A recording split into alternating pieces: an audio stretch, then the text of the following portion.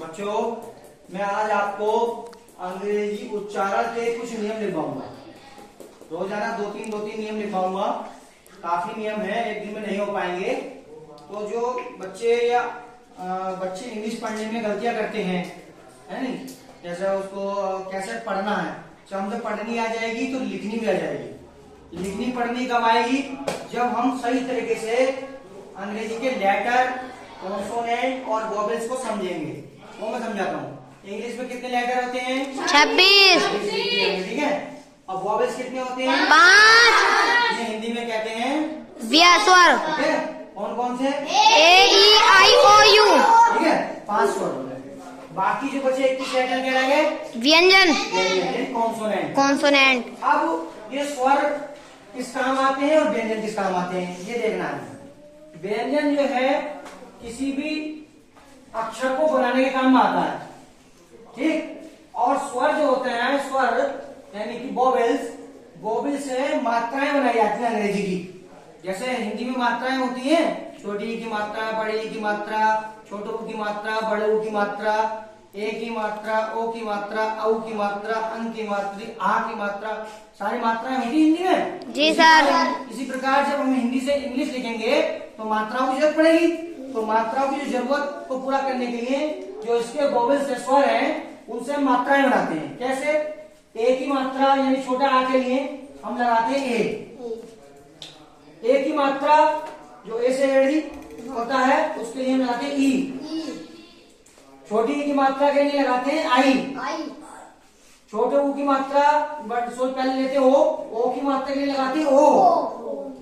छोटे ऊ की मात्रा के लिए लगाते हैं यू। अब कौन कौन सी मात्राएं बच गई भाई? एक तो बच गई बड़े आ की मात्रा, बड़े आ की मात्रा, उसके लिए लगाएंगे डबल ए। क्या लगाएंगे? डबल ए यानी 2 बार ए। उसके बाद क्या रह गई? छोटी ई की तो आ गई थी, बड़ी ई की मात्रा रह गई। बड़ी ई की मात्रा, बड़ी ई की मात्रा पे लगाएंगे डबल ई। क्या लगाएंगे? Double E. अब क्या रह गई भाई? ओ की मात्रा तो आ गई। औ की मात्रा औरत। हाँ, देखो ये वाली हमारी मात्राएं हो गई। ये वाली कौन कौन सी रह गई? छोटे आ की आ गई, बड़े आ की होगी डबल ए। छोटी ई की आ गई, छोटी ई की हमारी आ गई, है नी, आई। बड़ी की मात्रा के लिए डबल ई। ओ की मात्रा के लिए आ गया हो, औरत की मात्रा के लिए ए यू भी लगा देते हैं, ओ यू भी लगा देते हैं। अब आ जाओ, छोटे ऊ की मात्रा के लिए यू, बड़े ऊ की मात्रा के लिए डबल ओ। ए की मात्रा के लिए लगाते हैं ई, ए से एनक की मात्रा के लिए लगाते हैं ए आई। अंग की मात्रा अंग से अंगूर की मात्रा के लिए लगाते हैं एन। आ की मात्रा आ जो हलंत होते हैं दो शब्द के पीछे एच। ये जिस बच्चे ने ये सारी मात्राएं याद कर ली, उस बच्चे से इंग्लिश लिखनी आ जाएगी। समझे? आज सारे बच्चे याद करेंगे, कल को सुनाएंगे।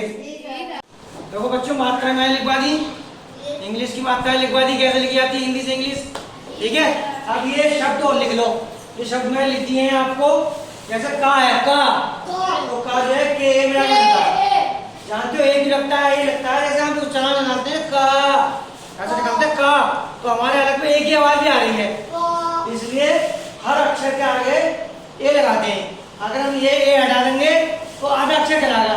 जैसे आधा शाह होता है ना, आधा शाह, तो अगर शाह हमारा ये है, ऐसे शाह है, अगर हम ये हटा देंगे तो आधा शाह बन जाएगा ये। इसलिए हर अक्षर के आगे इंग्लिश में ए लगाते हैं। जैसे का हो गया के में लगे के, हा हो गया के एच, गा हो गया जी ए, गा हो गया जी एच, चा हो गया सी एच, छा हो गया सी डबल एच। इसी प्रकार कहां तक आगे लिखते ज्ञानी तक आगे जी वाई ये होगा ज्ञानी। मात्राएं लिखवा दी मैंने हिंदी से इंग्लिश की, वो याद करनी है और ये याद करना है। उसके बाद तुम्हें हिंदी लिखनी और पढ़नी बहुत आसान हो जाएगी। और मैं उच्चारण के नियम लिखवाऊंगा डेली टू डेली, वो लिखवाता हूँ मैं तुम्हें। अब आज एक लिखवाता हूँ।